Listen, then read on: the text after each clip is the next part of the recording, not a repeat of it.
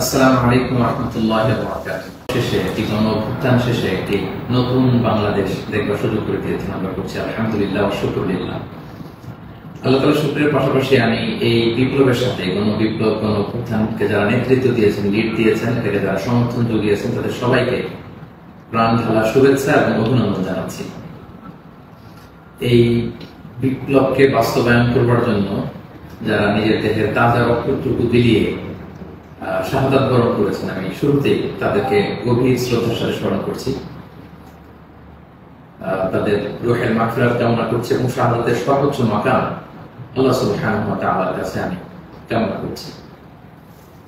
পাশাপাশি যারা আহত হয়েছেন তাদের সুস্থতা কামনা করছি এবং আমাদের তরুণ মুক্তিযোদ্ধা ভাইয়েরা যারা সামনে থেকে এই বিপ্লবকে লিড দিয়েছেন, তাদেরকে আমার পক্ষ থেকে রইল প্রাণ ঢালা শুভেচ্ছা এবং অভিনন্দন।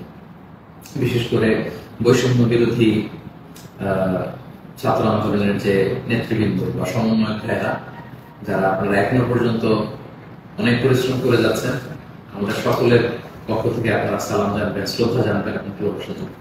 সম্মানিত শুধু আমি শুরুতেই দুঃখ প্রকাশ করে নিচ্ছি যে কিছু কারিগরি ত্রুটির কারণে আমরা আমাদের লাইভটি প্রায় আধা ঘন্টা দেরি করে শুরু করলাম। আপনারা ক্ষমা সুন্দর দৃষ্টিতে দেখবেন এবং সবাইকে অনুরোধ করবো যে গণসচেতনতার স্বার্থে, জনসচেতনতার স্বার্থে লাইভটা শেয়ার করব। আমি খুব বেশি সময় নিতে চাই না। আমরা আল্লাহর দরবারে শুকরিয়া জানাই।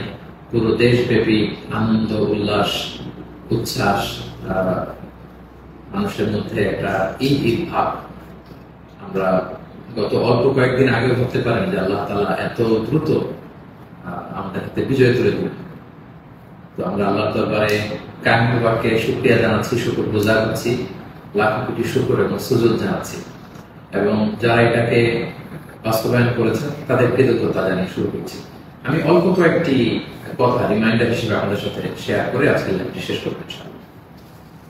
সমাজের সাথে প্রথম কথা হচ্ছে যে আমরা একটা সাময়িক বিজয় অর্জন করেছি, কিন্তু আমাদের সংকট কিন্তু কাটেনি, অন্ধকার কাটেনি। এখন আমরা গত রাতে কিছু ক্যাওটিক সিচুয়েশনের কথা শুনেছি বাংলাদেশে, আপনারা দেখেছেন অনেকে। আমি নিজেও খুব ক্লোজলি ফলো করছিলাম, সারা রাত ঘুমাতে পারিনি, ফজর করে আমি ঘুমিয়েছি। তো এজন্য আমাদেরকে সজাগ থাকতে হবে, সম্মানিত ভাই বোনেরা, সজাগ থাকতে হবে, ঐক্যবদ্ধ থাকতে হবে। মাইলস টু গো, অনেক দূর আমাদেরকে যেতে হবে।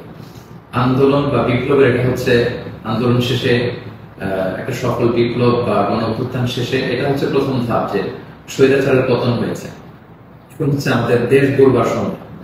এই সময় আমাদেরকে অত্যন্ত ধৈর্যশীলতার পরিচয় দিতে হবে, দায়িত্বশীলতার পরিচয় দিতে হবে। বিজয়ীরা দায়িত্বশীল হয়, আর যদি দায়িত্বশীল অ্যাটিটিউড আমরা দেখাতে পারি তবে এই বিজয় কিন্তু আমাদের টেকসই হবে। সো অনেক ধরনের ষড়যন্ত্র আশেপাশে ঘুরপাক খাচ্ছে, দেশি বিদেশি। আমাদেরকে সজাগ থাকতে হবে, সচেতন থাকতে হবে। বিজয় উল্লাসে মেতে আমরা যেন আবার কোনো ভুল করে না বসি, বিপ্লবের পরে কোনো প্রতি বিপ্লবকে যেন আমরা স্থান না দিই। এই হচ্ছে প্রথম রিমাইন্ডার আপনাদের প্রতি। দুই নম্বর যে কথাটা বলবো, আমাদের বাংলাদেশে আমরা মুসলিমরা ছাড়াও আমাদের হিন্দু ভাই বোনরা আমাদের সাথে, আমরা একসাথে মিলেমিশে একাকার একসাথে আমরা থাকি। আমাদের খ্রিস্টান ভাই বোনেরা আছেন, বৌদ্ধ ভাই বোনেরা আছেন। সো সংখ্যালঘুদের কোনো উপাসনালয়ে যেন কেউ আক্রমণ করতে না পারে, এটা খেয়াল করতে হবে। কিছু কিছু ঘটনা আমরা শুনেছি যে বিভিন্ন জায়গায় হিন্দুদের মন্দিরে আক্রমণ করা হচ্ছে, অগ্নিসংযোগ করা হচ্ছে। সো এটা কিন্তু অনেক বড় ধরনের একটা ষড়যন্ত্র। আমরা বছর দুয়েক আগেও আমার মনে আছে যে কুমিল্লাতে নানুয়া দিঘির পারে হনুমানের পায়ের উপরে কোরআন রেখে কি তুলকালাম কাণ্ড হয়ে গেল।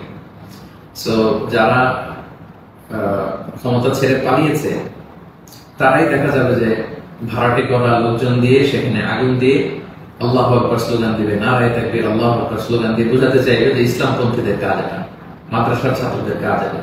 সো এত কাঁচা কাজ যেন আমরা না করি, আমরা যেন তাদের এই ফাঁদে পা না দিয়ে আমরা যেন সচেতন থাকি।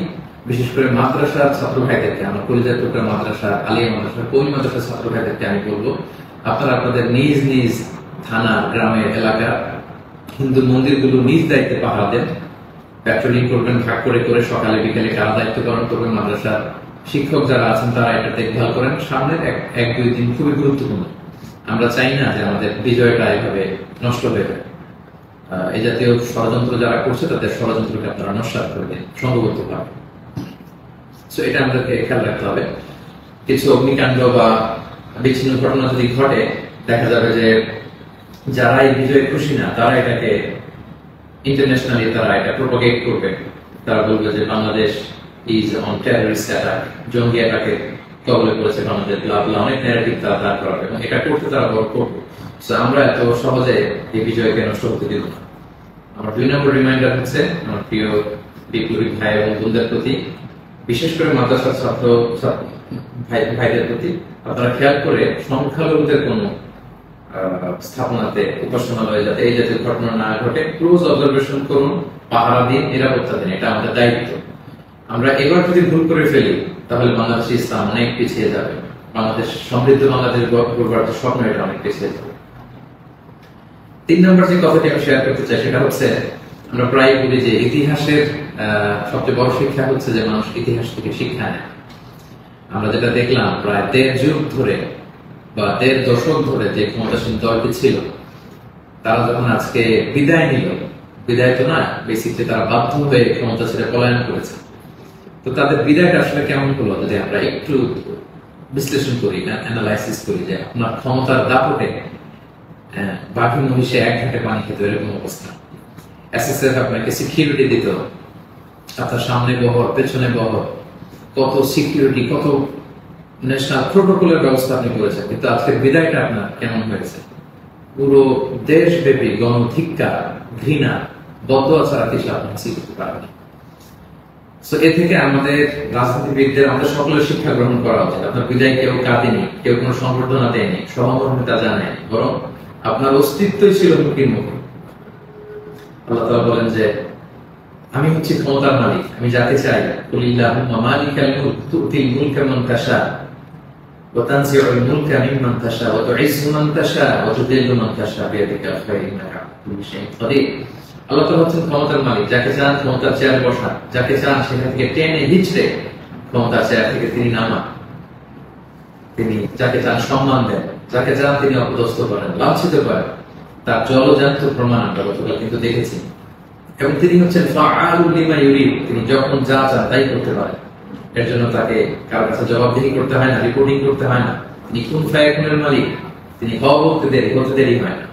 তিনি পাহাড়কে দরিয়া করেন, দরিয়াকে পাহাড় করেন, তিনি সম্মানিতকে অপদস্থ করেন, তিনি সমাজের লাঞ্ছিত অপমানিত লোকটাকে সম্মানের চেয়ারে বসিয়ে দিতে পারেন। তিনি হচ্ছেন আল্লাহ সুবহানাহু ওয়া তাআলা। মনে রাখতে হবে তিনি ক্ষমতার মালিক। আমরা যেন এটা ভুলে না যাই, ক্ষমতার চেয়ার পেলে আমরা যেন ভুলে না যাই যে আমি ক্ষণিকের জন্য এসেছি। সামনে যারা ইন্টারিম গভর্নমেন্টাল লিড দিবেন, 3 মাস 6 মাস পরে জাতীয় ইলেকশনের পরে যখন আমাদের নতুন সরকার আসবে, তারা যখন ক্ষমতার চেয়ারে বসবেন, নিজেকে এই রিমাইন্ড যেন আমরা দিই যে আমরা যেদিন বিদায় নেব, যেদিন ক্ষমতায় থাকবো, সেদিন আমি আমাকে কেমন দেখতে চাই, সেই হিসাবটুকু করে যোগ বিয়োগ দিয়ে যেন আমরা ক্ষমতায় থাকাকালীন সময় আমাদের অ্যাক্টিভিটিস গুলো পরিচালনা করি। সো এই ইতিহাস থেকে আমরা বারবার শিক্ষা নিতে ভুল করি, হোঁচট খাই, আমরা যেন এটা না করি। আমি আমাদের জাতীয় নেতৃবৃন্দদেরকে বলবো, যারা আসন্ন নির্বাচনে নির্বাচিত হয়ে আসবেন, বাংলাদেশকে নেতৃত্ব দিবেন, নতুন প্রজন্মের বা পুরাতন অভিজ্ঞদের মধ্যে থেকে যারা মিলে সরকার গঠন হবে সামনের ইলেকশন শেষে, আপনারা মেহরবানি করে এই শিক্ষাটুকু আপনারা নিবেন। এবং বাংলাদেশে এটা তো আমরা দেখে এসেছি ছোটবেলা থেকেই, একদল ক্ষমতা ছেড়ে অন্য দলের লোকেরা তাদের উপর কিভাবে আক্রমণ করে যেদিন তারা ক্ষমতা থেকে যায়, আবার তারা ক্ষমতা আসলে তারা তখন ক্ষমতা ছেড়ে অন্য বিরোধী দল তাদের উপর আক্রমণ করে। এই রেশারেশি আক্রমণ আমরা চাই না, আমরা এর অবসান চাই। আমরা ইতিহাস থেকে শিক্ষা নিতে চাই। আমরা একটা সমৃদ্ধির বাংলাদেশ ঐক্যবদ্ধ ভাবে একসাথে হাতে হাত রেখে কাঁধে কাঁধ মিলে গড়ে তুলতে চাই। এটা হচ্ছে আমার 3 নম্বর রিমাইন্ডার। 4 নম্বর রিমাইন্ডার হচ্ছে, গতকাল আমরা দেখেছি যে স্বৈরাচারের পতনের ঘোষণার মধ্য দিয়ে পুরো বাংলাদেশ, পুরো লাল সবুজের পতাকা, পুরো 18 কোটি মানুষ আনন্দ উল্লাসে ফেটে পড়েছে।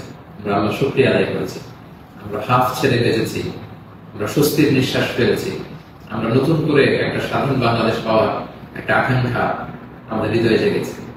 শুধু কিন্তু দুঃখের ব্যাপার হলো, আমরা মাঝে মাঝে আবেগে অথবা লোভে পড়ে অথবা হৃদয়ের জ্ঞান হারিয়ে এমন কিছু করে ফেলি যেটা আমাদের এই বিজয়কে, আমাদের অ্যাচিভমেন্টকে প্রশ্নবিদ্ধ করে, এটা ন্যায্যতাকে প্রশ্নবিদ্ধ করে। গতকাল আমরা দেখেছি যে উল্লাসিত জনতা তারা জাতীয় সংসদ ভবনে ঢুকে পড়েছে, গণভবনে ঢুকে পড়েছে। সেখানে যে লুটপাট, চুরি, যা বলা যায়, এগুলো সব ধরনের কাজগুলো করেছে এবং এগুলো কিন্তু লাইভ ব্রডকাস্ট হয়েছে, বিশ্বব্যাপী ছড়িয়েছে। আপনারা আসলে কি মেসেজ দিলেন? আমাদের দেশের ছাত্র জনতা কিছু, তারা কি লুটপাট করে? যারা ক্ষমতা ছেড়ে পালালো তারা তো এটাকে ইন্টারন্যাশনালি প্রোপাগান্ডা বানাবে যে দেখুন কিরকম লুটপাট, চুরি, আক্রমণ, এগুলোর মধ্যে দিয়ে তারা গণভবনকে দখল করছে। এটা তো তারা একটা ইস্যু বানাবে। তো এই ব্যাপারটাকে আমি খুবই অপছন্দ করেছি, খুবই খুবই। আমি বলবো না যে শিক্ষিত ছাত্র জনতা এমন করেছে, যেহেতু উল্লাসিত জনতা সেখানে ঢুকে পড়েছিল। এখানে ভালো মানুষ ছিল, খারাপ মানুষ ছিল, ছিচকে চোর ছিল, টোকাই ছিল, তারা এগুলো করেছে। কিন্তু আমি দেখে অবাক হয়েছি, মাঝে মাঝে অনেক ভালো ফ্যামিলির ছেলে পেলে অথবা নামাজি, দেখে প্র্যাকটিসিং মনে হয়, তারাও এরকম ছবি দিয়েছে। কেউ গণভবনে বালিশ, কেউ চেয়ার, কেউ টেবিল, কেউ পাঙ্গাস মাছ, কেউ ফ্রিজের খাবার, যে যেরকম পেরেছে পরিলোড করেছে। তার এটা আমার চোখে এসেছে এবং গণভবনের নেম প্লেট নিয়ে আসছে। তো এই এতটুকু বিবেকবোধ বা চিন্তা শক্তি কি আমাদের নাই যে এটা তো রাষ্ট্রীয় সম্পদ, নিজের সম্পদ না, এটা তো ভাগবটওয়ালা হচ্ছে না। আপনি যে গণভবনের চেয়ার নিয়ে আসলেন, 3 মাস পরে যে আমাদের নিজেদের ভোটে নির্বাচিত আমাদের ট্রু লিডার যিনি হবেন, আমাদের প্রধানমন্ত্রী, তিনি কোথায় বসবেন? তার চেয়ার তো আপনি চুরি করে নিয়ে আসছেন। তিনি থাকবেন কোথায়? তার বালিশ তো আপনি নিয়ে আসছেন। একটা বালিশ নিয়ে এসে, একটা হাঁস নিয়ে এসে, একটা কম্বল নিয়ে এসে আপনি আসলে কতটুকু লাভ করতে পারলেন? কিন্তু গোটা বিশ্বকে আপনি একটা নেগেটিভ মেসেজ দিলেন এবং আমাদের এই বিজয়কে আপনারা প্রশ্নবিদ্ধ করলেন। এটা অনেক বড় ভুল আপনারা করেছেন সম্মানিত ভাইয়া, যারা এটা আপনারা করেছেন। আমরা পৃথিবীর বিভিন্ন জাতি গোষ্ঠীর মধ্যে থেকে তাদের অনেক ভালো গুণ দেখি, এগুলো কি আমরা নিতে পারি না? মানুষ তো নিজেদেরকে ভালো জিনিস দেখে দেখে সেগুলো অ্যাডপ্ট করে করে মানুষ নিজেকে সুন্দর করে, পলিশ করে। আমরা জাপানিজদেরকে দেখেছি তারা কত ভদ্র পরিচ্ছন্ন। অলিম্পিকে তারা খেলা দেখতে যে স্টেডিয়ামের মধ্যে দর্শকেরা যখন খাবারের প্যাকেট, চিপস, পানির বোতল, টিস্যু ফেলে দিয়েছিল, তারা অন্যান্য দর্শকদের মতো স্টেডিয়াম ছেড়ে চলে যায়। খেলা দেখা শেষে তারা নিজেরা সব ময়লাগুলো, গার্বেজ গুলো পরিষ্কার করে তারপর ক্লিন করে সেই দর্শক গ্যালারি তারা ছেড়েছে। গোটা বিশ্বে তারা প্রশংসিত হয়েছে। এই যে তারা একটা মেসেজ দিল গোটা বিশ্ববাসীকে যে আমরা সিভিলাইজড, আমরা পরিচ্ছন্ন। আমরা আমাদের গতকালের বিজয় উদযাপন করতে যে কি এটা করতে পেরেছি? এই যে আমাদের মধ্যে অধৈর্য, অস্থিরতা, এই যে সাময়িক বেনিফিটেড হওয়ার যে মানসিকতা, এইটা যদি আমরা ঠিক করতে না পারি, এই গণবিপ্লবে, গণ অভ্যুত্থানে, নতুন সরকার কিচ্ছু আসা যাবে না প্রিয় ভাইরা। মানে I'm telling you the truth, I'm telling you the reality, এটা আপনাদের মনে রাখতে হবে। বাস্তবতা হচ্ছে আমরা যেমন, আমাদের নেতারাও যেমন। আমরা গতকাল হরিলুট করেছি, আমাদের নেতারাও হরিলুট করেছে। আমরাও চুরি করেছি, তারাও মানে চুরি করতো। আমরা আসলে সুযোগের অভাবে সব, বাস্তবতা যেটা। কথাগুলো এই মুহূর্তে, বিজয়ের মুহূর্তে তিক্ত হলেও আমাকে ইসলামিক পয়েন্ট অফ ভিউ থেকে এই রিমাইন্ডার গুলো আমাকে বলতে হচ্ছে। Sorry for that. তারা পদ্মা সেতুতে দুর্নীতির সুযোগ পেয়েছে, ওই লুট করেছে। তারা দেশের বড় বড় মেগা প্রজেক্টে লুট করেছে, আর আপনি ছোট্ট জিনিস লুট করার সুযোগ পেয়েছেন, ওইটা করেছে। কোনো পার্থক্য নাই। তারা করেছে বড় বড় হরি লুট, আপনারা করেছেন ছোট ছোট চুরি লুট। এই তো পার্থক্য, আমাদের এতটুকুই। এই জিনিসটা আমাদেরকে বুঝতে হবে যে এগুলো রাষ্ট্রীয় সম্পদ। সেখান থেকে একটা সুতা কেন আমরা টাচ করবো? আপনারা গণভবন ঘেরাও করেছেন, ভেতরে যে উল্লাস করবো, তাকবীর দিন। এমন দেশ কি কোথাও খুঁজে পাবে না প্রথমে? সকল দেশের রানী সেজে আমার জন্মভূমি, গলা ছেড়ে দিয়ে সবাই মিলে কোরাস গান করতে, ওটা বিশ্ব দেখতো আমরা কত সিভিলাইজ, আমরা কত সভ্য। সেটা না করে আপনারা ভাঙচুরের মতো কাজ, লুটপাটের মতো কাজ আমরা করে ফেলছি। আমি বলবো না যে সবাই বুঝে করেছেন, অনেকে রাগ থেকে, ক্ষোভ থেকে, ঘৃণা থেকে এটা করেছেন, কিন্তু কাজটা ভুল করেছেন। প্রথম যেটা করতে হবে, আপনাদেরকে আল্লাহর কাছে ক্ষমা চাইতে হবে। আল্লাহর কাছে ক্ষমা চান। দ্বিতীয়ত এগুলো ফেরত দিয়ে আসতে হবে। আমাদের ছাত্র বন্ধুরা এগুলো কালেকশন করছে এবং ছাত্র ভাইদেরকে আমি বলবো যারা এগুলো আবার রিটার্ন দিতে আসবে তাদেরকে যেন আমরা ব্লেম না করি, পড়াশোনা না করি। তারা তাদের রিয়েলাইজেশন থেকে নিয়ে আসছে, এগুলো তারা রিসিভ করুন। কারণ এগুলো রাষ্ট্রীয় সম্পদ। নতুন গভর্নমেন্ট আসলে আবার নতুন করে রাষ্ট্রীয় অর্থ ব্যয় করে এগুলো আমাদেরকে আবার মেরামত করতে হবে, ঠিক করতে হবে। সম্মানিত সুযোগ এবং একজন মুমিন এই কাজ কখনো করতে পারে না। একজন বিশ্বাসীর সাথে এই ধরনের মাইন্ডসেট অ্যাটিটিউড যায় না। প্রিয় ভাই বোনেরা, ছোট একটা হাদিস বলে পয়েন্ট আমি শেষ করছি। খাইবারের যুদ্ধ থেকে রাসূল সাল্লাল্লাহু আলাইহি ওয়াসাল্লাম সাহাবাদেরকে নিয়ে ফিরছিলেন বিজয়ী হয়ে। আপনাদের মনে থাকবে কথা, ইহুদিদের বিরুদ্ধে এই যুদ্ধ হয়েছিল 7ম হিজরির ঘটনা। ফেরার পথে রাসূল সাল্লাল্লাহু আলাইহি ওয়াসাল্লাম একদিন খাদেম রাসূল সাল্লাল্লাহু আলাইহি ওয়াসাল্লাম উটের হাওদাস ঠিক করছিল, এমন সময় একটা বিক্ষিপ্ত তীর এসে তার গায়ে লেগে সে সেখানে মারা যায়। সাহাবারা তার জন্য দোয়া করলো।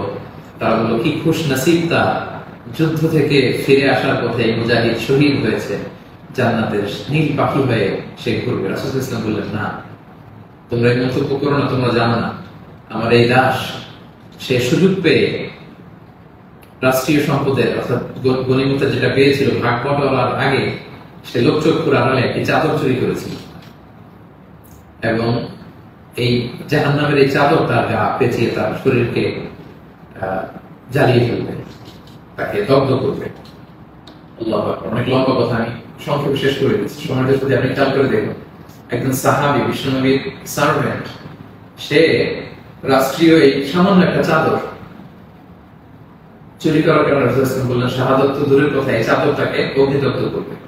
তো আপনার কি ভয় হয় না? আপনি যে গণভবন থেকে বালিশ নিয়ে আসলেন, চাদর নিয়ে আসলেন, ওখানকার টিভি নিয়ে আসলেন, ওখানকার জিনিসপত্র যে আপনি কাঁধে করে নিয়ে আসেন, ফুলের টব এটা সেটা ভেঙে যে নিয়ে আসেন, এগুলো যে আগুনের লেলিহান শিখা হয়ে আপনাকে জ্বালাবে, আপনার কি ভয় হয় না? এই মাইন্ডসেটে যদি আমরা থাকি, কোন ভালো নেতাই আমাদের কিছু করতে পারবে না। 18 কোটি জনগণের এই হাইলি পপুলেটেড দেশে কেউ এসে কিছু করে দিয়ে যেতে পারবে না যদি আমরা নিজেরা না শুধরাই। আমরা এটা ভুল করেছি, আমরা অনুতপ্ত হব, অনুশোচিত হব। যারা আমার আলোচনা শুনেন, আমাকে পছন্দ করেন, আমি হাত জোর করে অনুরোধ করব, প্রত্যেকটি জিনিস আপনারা ফেরত দিয়ে আসবেন। এগুলো রাষ্ট্রীয় সম্পদ, কোন রাষ্ট্রীয় সম্পদকে তসরুফ করার অধিকার আল্লাহ আমাদেরকে দেন। আল্লাহ আমাদেরকে বোঝার তৌফিক করুন। 5 নম্বর যে পয়েন্টটি বলবো সম্মানিত ভাই এবং বোনেরা, গত রাত থেকে এখন পর্যন্ত আমি শুনেছি যে কাইন্ড অফ সিভিল ওয়ারের মতো একটা অবস্থা, গৃহযুদ্ধের মতো অবস্থা, থানা জ্বালিয়ে দেওয়া, ভিন্ন রাজনৈতিক মতাবলম্বী যারা তাদেরকে সুযোগ পেয়ে আক্রমণ করা, হতাহতের ঘটনা কিন্তু ঘটেছে। এইরকম চালিয়ে গেলে আমাদের বিজয় কিন্তু যে কোনো মুহূর্তে নস্বাত হয়ে যেতে পারে। এবং আমি সেনাবাহিনীকে বলবো, অস্থায়ীভাবে সামনের 2-1 দিনের জন্য আপনারা আর্মি ডেপ্লয় করুন সব জায়গায়, প্রতিটি থানায়, প্রতিটি ইউনিয়নে, প্রতিটি জেলায়, just to confirm and ensure the security.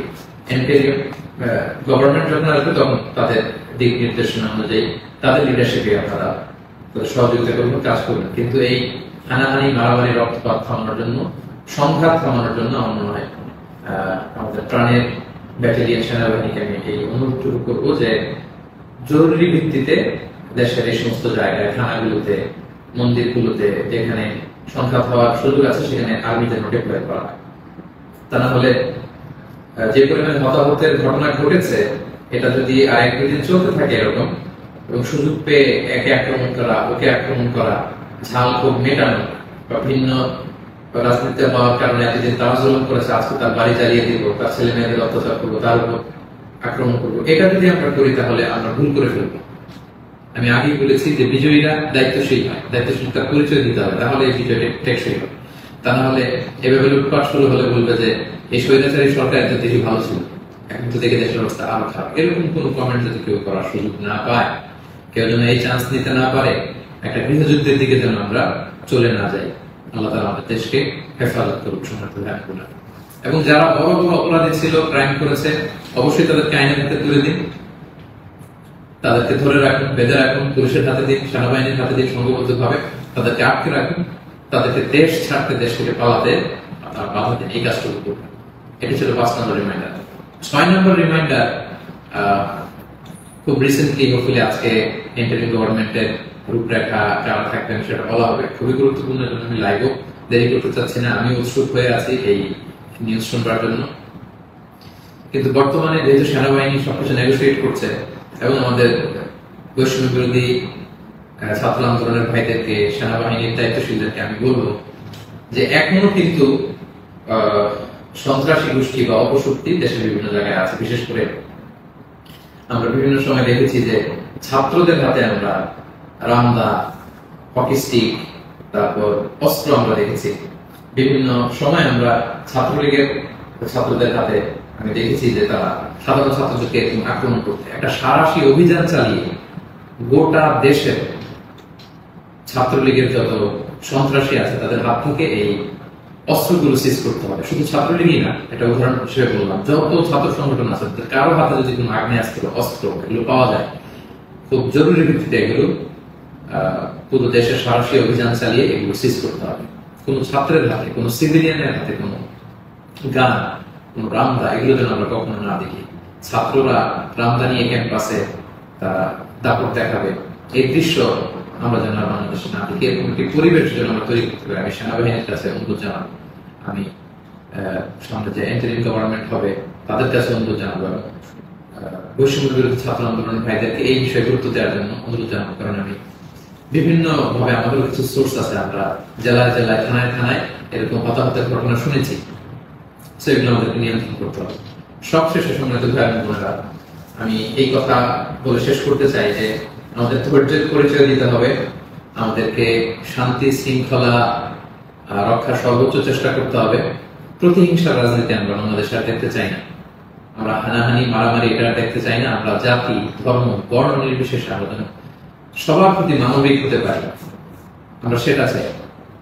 আমরা চাই মেরিটোক্রেসির ভিত্তিতে আমাদের দেশ চলবে। দেশের যতটি চাকরি দেওয়া হবে, পদায়ন হবে, যারা সচিব হবেন, যারা বিসিএস ক্যাডার হবেন, যারা সরকারি আমলা হবেন, প্রতিটা চাকরি যেন মেধার ভিত্তিতে হবে। Meritocracy should be the national policy of Bangladesh, our new Bangladesh, our new independent Bangladesh.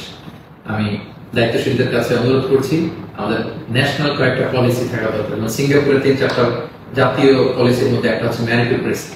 রাষ্ট্রীয়ভাবে যেন ঘোষণা দেওয়া হয় যে মেরিটোক্রেসির ভিত্তিতে আমাদের বাংলাদেশ চলবে। আমাদের বিচার বিভাগ সম্পূর্ণ স্বাধীনভাবে, এখানে কেউ হস্তক্ষেপ করতে পারবে না। কোন চাঁদাবাজি আমাদের বাংলাদেশে চলবে না, কোন ঘুষ বাংলাদেশে চলবে না। একটা সমৃদ্ধির বাংলাদেশ আমরা যেটা স্বপ্ন দেখি, আমরা যে স্বাধীন বাংলাদেশের স্বপ্ন দেখি, আমরা যেন একসাথে সেটা করতে পারি। Together we rebuild hour nation again ইনশাআল্লাহ। সম্মানিত সুধী, আমি এই আহ্বান জানিয়ে শেষ করব, কেউ আইন শৃঙ্খলা অবনতি ঘটাবেন না, সংঘাতে জড়াবেন না, আইন নিজের হাতে তুলে নেবেন না। সংখ্যালঘু ভাইদের দিকে দৃষ্টি রাখুন, কারণ এইটাকে তারা টার্গেট করে একটা প্রতি বিপ্লব, দেশে একটা ক্যাওটিক সিচুয়েশন তৈরি করবে। এবং পুলিশ বাহিনী, সেনাবাহিনী, বিমান বাহিনী, র্যাব, আনসার, বিডিআর, প্রত্যেকটি বাহিনীকে আমি বলবো যে আপনাদের কাছে অনেক বড় দায়িত্ব। দেশের শান্তি শৃঙ্খলা, সিকিউরিটি, নিরাপত্তা নিশ্চিত করে এগুলো আপনাদের দায়িত্ব। আসলে আমরা সবাই হাতে হাত রেখে কাঁধে কাঁধ মিলিয়ে আমাদের নতুন বাংলাদেশ গড়ে তুলব। এই সামনের 1-2 দিন খুবই ক্রুশাল। আপনারা কেউই অস্থির অধৈর্য হয়ে রাগে বসে বিভিন্ন থানা জ্বালিয়ে দেওয়া হচ্ছে, আমি শুনছি সাধারণ পুলিশদের উপর আক্রমণ করা হচ্ছে। প্রিয় ভাইয়েরা, পুলিশরা খুব অল্প বেতনের চাকরি করে, তারা আমাদেরকে নিরাপত্তা দেয়। তো তারা উপরের অর্ডারে এতদিন এগুলো করেছে, তাই বলে আপনি পুলিশের উপরে আক্রমণ করতে পারেন না। আপনার দলের বিরোধী বলে আপনি তাদেরকে আক্রমণ করতে পারেন না। সুযোগ পেয়ে আপনি এই অন্যায়ভাবে এটার ব্যবহার আপনি করতে পারেন না।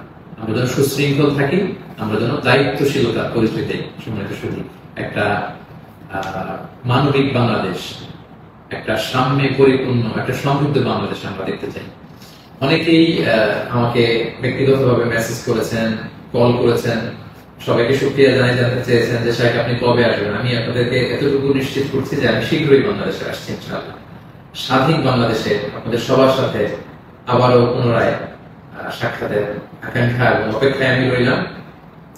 সাম্য, মানবিক মর্যাদা এবং সামাজিক সুবিচার প্রতিষ্ঠিত করে আমরা যেন একটা সমৃদ্ধ বাংলাদেশ সবাই গড়ে তুলতে পারি, সেই প্রত্যাশায় আজকে এই সংক্ষিপ্ত লাইভ সেশনটি এখানে শেষ করছি। হাদা মা ইনদি ওয়াল ইলমু ইনদাল্লাহি আলাইহি তাওয়াক্কালতু ওয়া ইলাইহি উনীব। আসসালামু আলাইকুম ওয়া রাহমাতুল্লাহি ওয়া বারাকাতুহু।